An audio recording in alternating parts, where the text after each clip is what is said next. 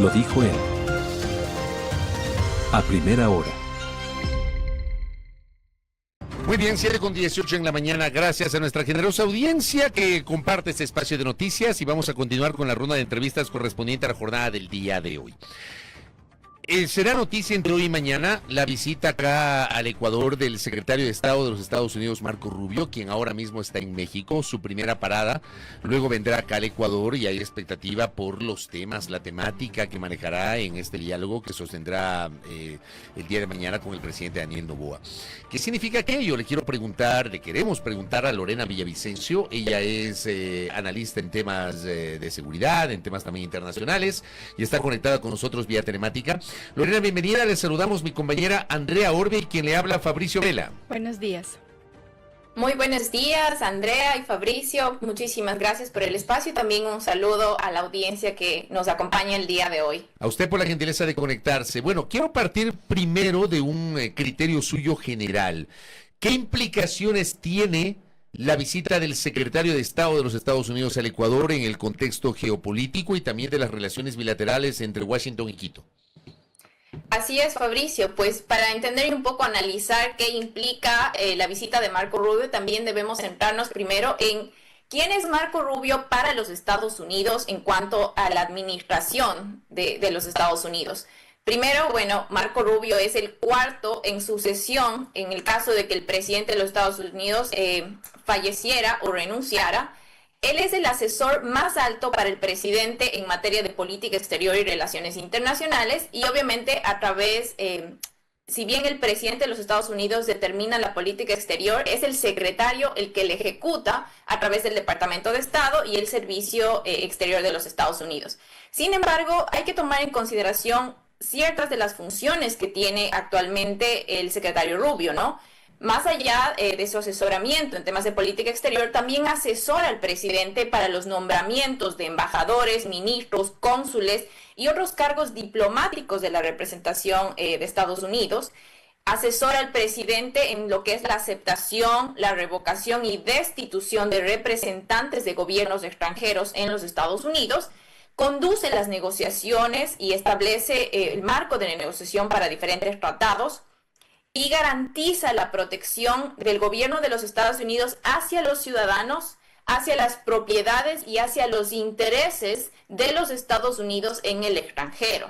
Algo también importante que hace el secretario de Estado es que supervisa la administración de las leyes de inmigración de los Estados Unidos en el extranjero y pues también informa a los ciudadanos qué es lo que está pasando en términos de política exterior. Sin embargo, Fabricio, hay algo de lo que muy poco se comenta y que también es una de las funciones del secretario de Estado, y es que actúa como canal de comunicación dentro del gobierno federal, es decir, de cómo se maneja el gobierno federal. Él es ese punto de comunicación con los diferentes estados en materia de extradición de fugitivos desde o hacia países extranjeros. Entonces, ahí es importante entender cómo se articula todas las acciones que realiza el secretario de Estado y por qué es vital cómo el secretario ahora pues ha desarrollado esta agenda en la región.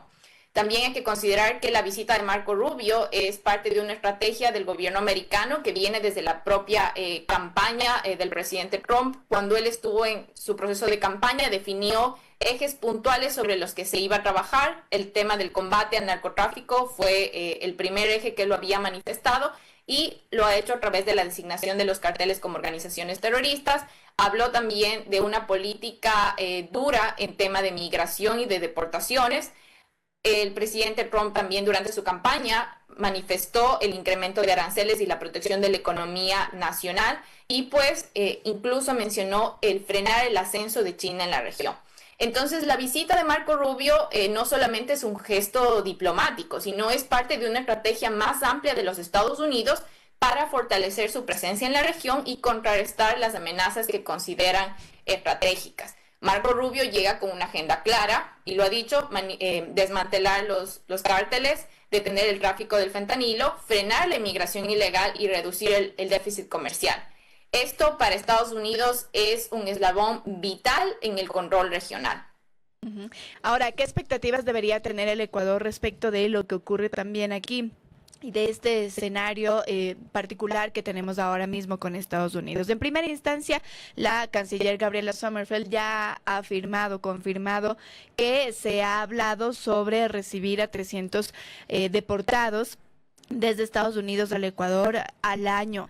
¿Esto qué podría implicar, digamos, para esta relación con Estados Unidos? Y también, ¿qué se podría tal vez analizar en ese contexto? ¿Cuál habría sido la colaboración que está pidiendo también Ecuador para que se le haya pedido esta colaboración de los 300 deportados? Y pregunto esto precisamente por las palabras textuales de la canciller, porque ella ha dicho que esta es una colaboración mutua. Entonces, mirando o analizando el contexto de ahora en el Ecuador, de la relación con Estados Unidos, etcétera, ¿qué podría haber sido esta colaboración que ha pedido el Ecuador a cambio de estos 300 deportados?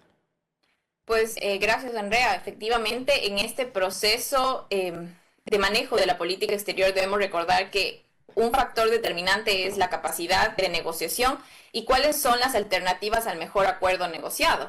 Esto es uno de los temas claves que se los va a plantear y entiendo se los incluso tratará el día que esté el secretario de Estado en Ecuador, porque está dentro de la agenda de los Estados Unidos y pues es algo que se tiene que hablar. Sin embargo, Andrea, yo creo que es importantísimo entender cuál es esa visión sobre la que ha operado la cooperación tradicionalmente. Y ya lo dijo incluso la canciller en Políticamente Correcto cuando hablaban sobre alrededor de 20 viajes que ha tenido el presidente hacia 14 países aproximadamente. La canciller lo dijo, no necesariamente es la cantidad de viajes, sino la calidad de los viajes.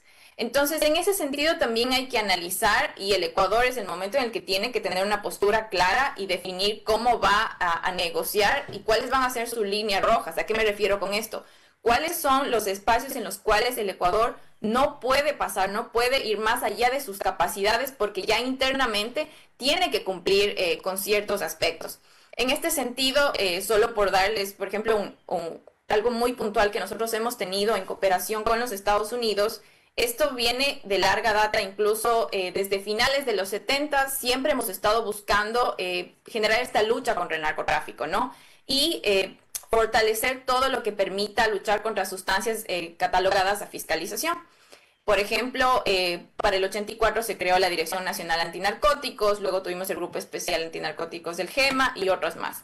Sin embargo, el Ecuador se inserta en un nuevo espacio en el que pasamos de una época cuando estábamos en la época del correísmo, en los cuales la cooperación internacional se cerró totalmente y vamos ya hacia un espacio de apertura. Recordemos que en el gobierno de Guillermo Lasso es uno de los eventos en los cuales más se han desarrollado acuerdos, en este caso comerciales, acuerdos de cooperación, sobre todo con los Estados Unidos.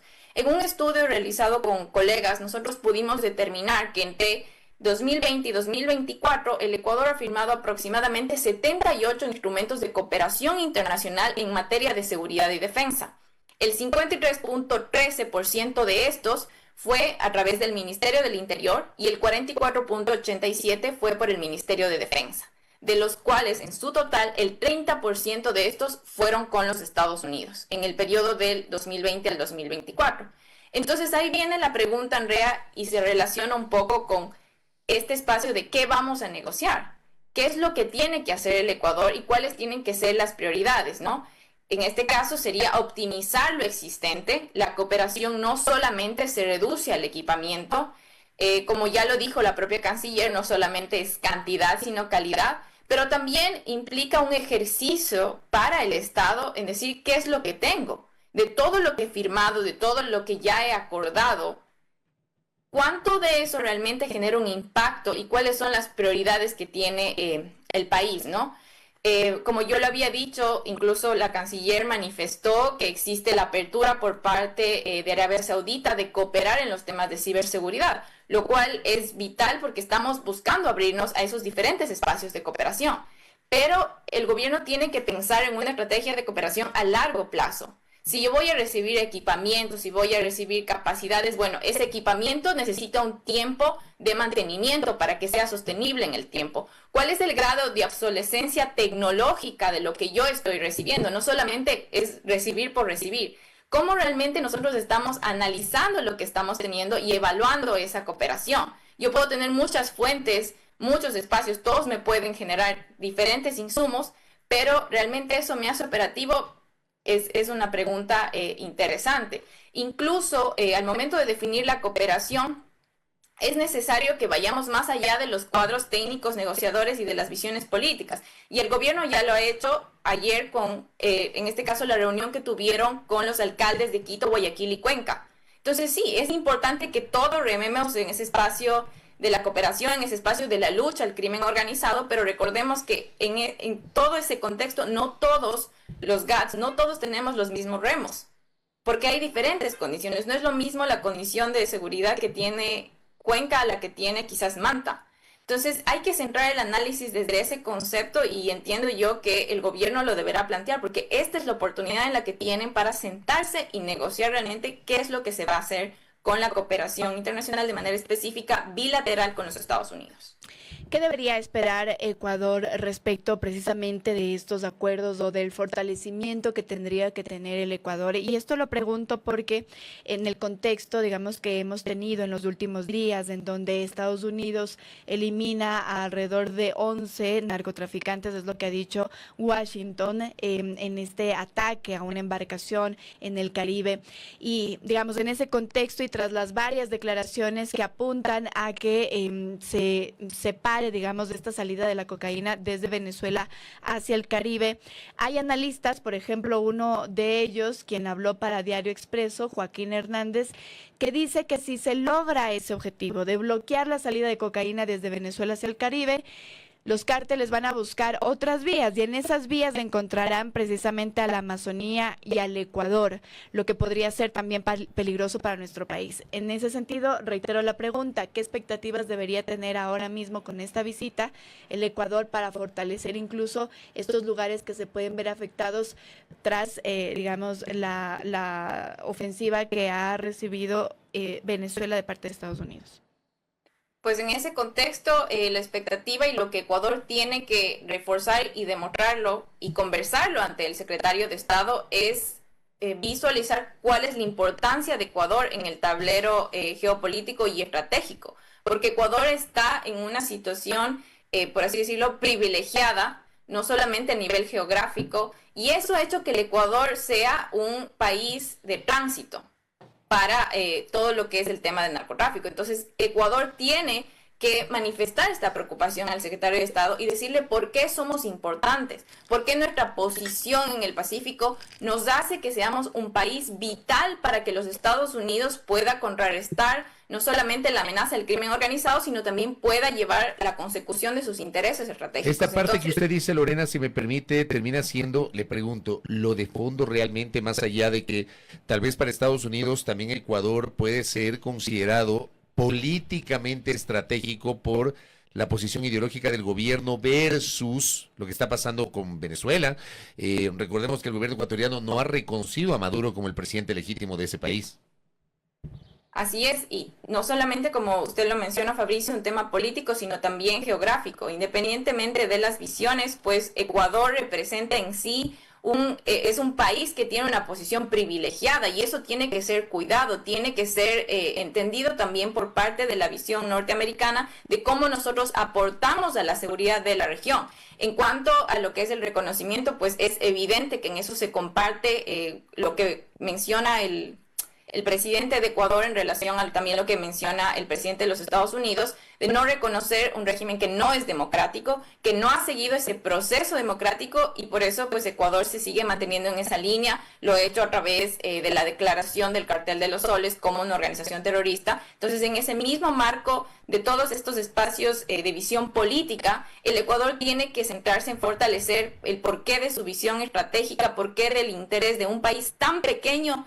Es un país que le puede servir muchísimo a la cooperación en la región a los Estados Unidos y el Ecuador tiene que seguir también impulsando en su agenda. No nos olvidemos del tema del acuerdo de libre comercio que en algún momento se lo trató de negociar con los Estados Unidos. ¿Por qué sigue siendo importante esto para nosotros? Yo no lo descarto dentro de la mesa del tablero de la negociación porque Estados Unidos es uno de nuestros principales socios comerciales. Entonces, en este espacio de negociación de de que también implica el dar, ceder y de negociar ciertas cosas. Para el Ecuador no solamente todo se reduce a la seguridad, el tema comercial también debe ser prioritario. Lo ha hecho el presidente en sus diferentes viajes que ha tenido y está proponiendo incluso un acuerdo comercial con Japón. Pero no nos olvidemos de también seguir peleando por eso que es importante, que sería al analizar nuevamente un proceso de acuerdo con los Estados Unidos debido a la trayectoria, la historia y a lo que en términos de política comercial es más beneficioso para el Ecuador. Y en ese términos de política comercial, yo le quisiera preguntar, precisamente hay esta preocupación por parte del gremio en donde ahora mismo estamos enfrentando aranceles por alrededor del 15%. Ya al inicio de la conversación usted nos detallaba un poco cuáles son las funciones de Marco Rubio, ¿verdad? Y en ese contexto, ¿se podría tal vez esperar en esta visita que se hable del tema de los aranceles, de este impuesto que estamos teniendo del 15% con Estados Unidos? Bueno, sí, inicialmente recordemos que el gobierno de los Estados Unidos había planteado para ciertos países en la región un arancel del 10%, pero finalmente se lo determinó en el 15% para Ecuador. Yo sí creo que es una oportunidad para volver a traer eso dentro del espacio de la negociación, porque eso implica el mirar las posturas y entender también cuáles son los intereses del Ecuador. Si quizás el hecho de un acuerdo de libre comercio, así sea que se lo haga por la vía de fast track, no es viable, pues entonces el tema de los aranceles o de lo que se llama en Estados Unidos las tarifas, sí puede ser un espacio de cooperación.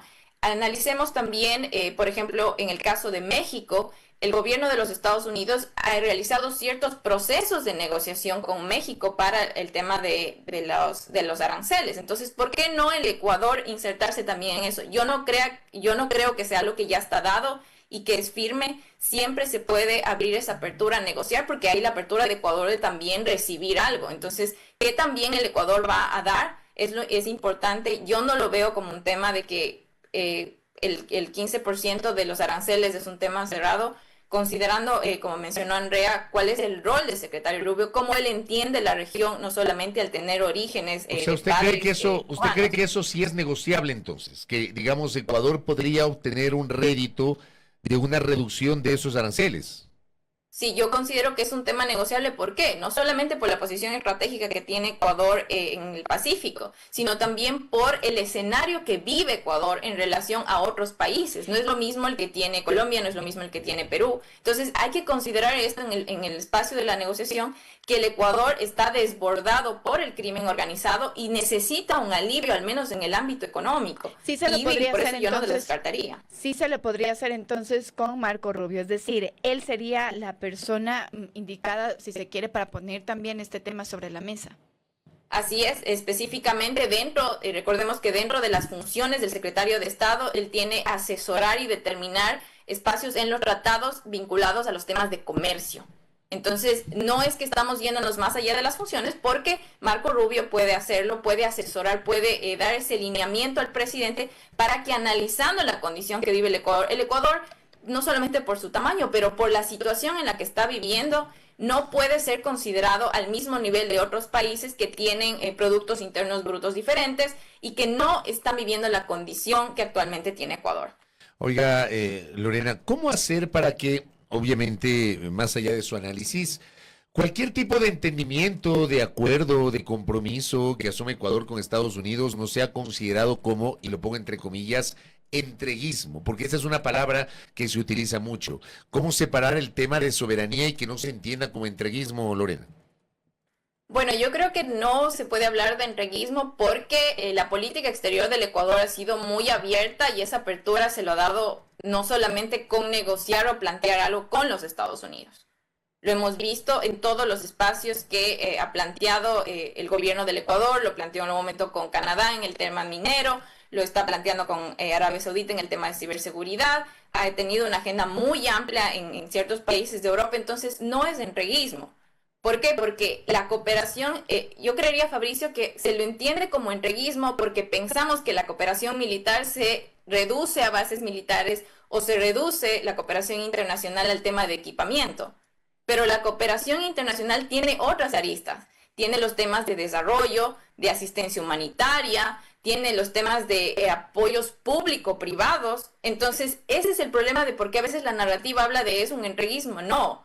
¿Por qué? Porque la cooperación internacional tiene diferentes aristas y ramas en las que puede operar. Y de hecho, Estados Unidos lo determina claramente a través del Comando Sur, que se encarga de los temas de la región, de que lo que ellos buscan, y entre sus funciones está fortalecer las capacidades de la región, para que seamos autónomos y podamos nosotros mismos, con esas capacidades que recibimos, poder diseñar nuestras propias políticas, porque la política que tiene Ecuador no va a ser la misma que tiene Colombia, son dos países diferentes. Entonces, yo creería que la narrativa tiende a llevárselo en entreguismo porque se tiene una visión muy reduccionista de la cooperación de seguridad y la cooperación bilateral, a que netamente es equipamiento, temas de seguridad y bases militares, cuando la cooperación tiene muchos ámbitos en los que ha aportado al país.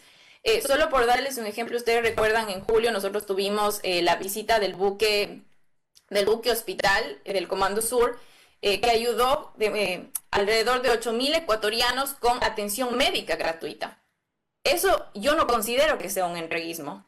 Esa es una de las ramas que tiene la cooperación para poder operar, con la ayuda humanitaria, con la asistencia médica y demás. Entonces, sí creería que hay que analizar bien qué realmente implica el entreguismo, porque a veces nos quedamos en la narrativa, pero no vemos las otras cosas que hace también la cooperación internacional, cómo fortalece ciertas organizaciones sociales, el financiamiento que se dan también a ciertas fundaciones, organizaciones de la sociedad civil, para que puedan operar. Entonces, eso es parte también de la cooperación. Acá tengo un interesante aporte, le envío un abrazo a Darío Dávalos, que está en sintonía. Me dice, Venezuela vende petróleo a Estados Unidos y Estados Unidos compra menos petróleo a Ecuador. O sea, en términos petroleros, está claro que Venezuela tiene una importancia mucho más grande que Ecuador para Estados Unidos.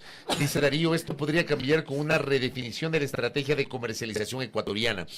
Más allá del tema seguridad, más allá del tema comercial, más allá del tema migratorio, ¿esta parte petrolera tendrá alguna incidencia o no, Lorena?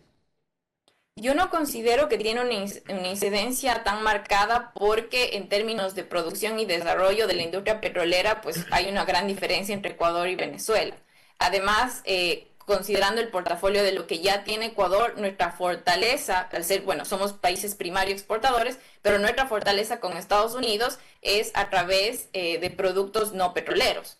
Camarón, banano y otros derivados de todos estos productos no petroleros. Entonces, no creería yo que nos estaríamos en una ventaja de competir, porque incluso a nivel interno tenemos no solamente deficiencias, sino también que suplir una demanda interna, y pues considerado con el desarrollo que tiene Venezuela, hay una brecha abismal entre lo que es Ecuador y Venezuela. Y como lo digo, lo importante para Ecuador es potenciar lo que ya tiene. ¿Cuál es su fortaleza? Es su balanza comercial no petrolera, que actualmente la tiene con Estados Unidos y depende por ser uno de sus principales socios comerciales. ¿Cuál debería ser, a su criterio, esa línea roja que no podría o no debería cruzar el Ecuador respecto de esta colaboración, si se quiere llamarla así, entre Ecuador y Estados Unidos? Porque hay mucha preocupación, por ejemplo, de los 300 deportados que ya ha confirmado la canciller Sommerfeld. ¿Cuál deberían entonces ser esas líneas rojas?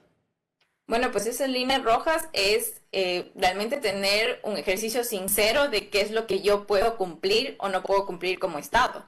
Porque yo puedo firmar y el papel aguanta todo y decir que voy a apoyar, pero si a largo plazo yo no tengo las condiciones económicas, sociales, para primero salvaguardar el interés de mis nacionales, va a ser muy difícil que yo me comprometa a algo que no voy a poderlo cumplir. En ese contexto también, Andrea, me refiero un poco a la reunión que tuvieron ayer con los alcaldes de las principales ciudades del Ecuador.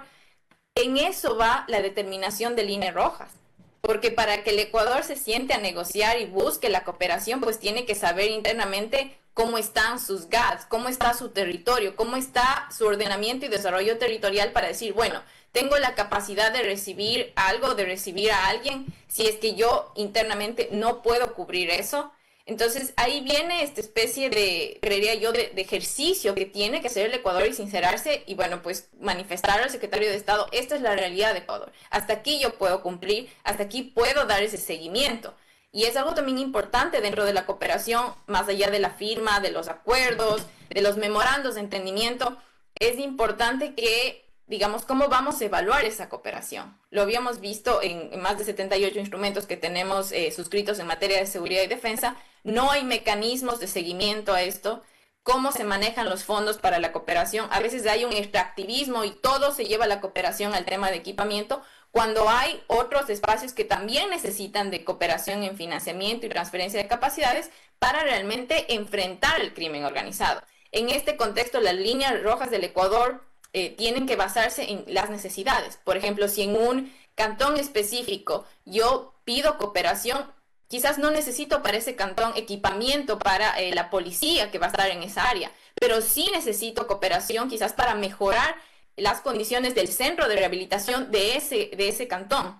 Entonces ahí vienen las líneas rojas de sincerarse en el Ecuador y decir, bueno, ¿qué es lo que tengo? Y lo más importante, no me puedo comprometer a algo que sé que no lo voy a cumplir o que voy a sacrificar las necesidades y los intereses nacionales internos que si yo mismo no puedo cumplir y suplir, pues mal haría en asumir un compromiso adicional. En 30 segundos, Lore, le pregunto a propósito de una inquietud que me plantea Marcela Reynoso, ¿están descritas o demarcadas esas líneas rojas que usted ha señalado?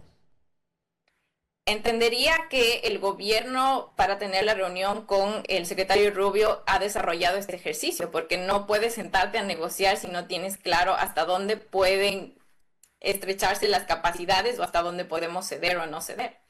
Correcto, Lorena. Gracias por el tiempo. Muy Gracias, amable. Lorena. Gracias a ustedes. Bueno. Lorena Villavicencio, analista en temas de seguridad, evaluando lo que se viene, la visita de Marco Rubio, y luego ya habrá oportunidad el viernes, estaremos haciendo en cambio un balance de lo que nos dejará esa cita tras el diálogo con el presidente Noboa. Primera plana. Todas las noticias, todas las voces.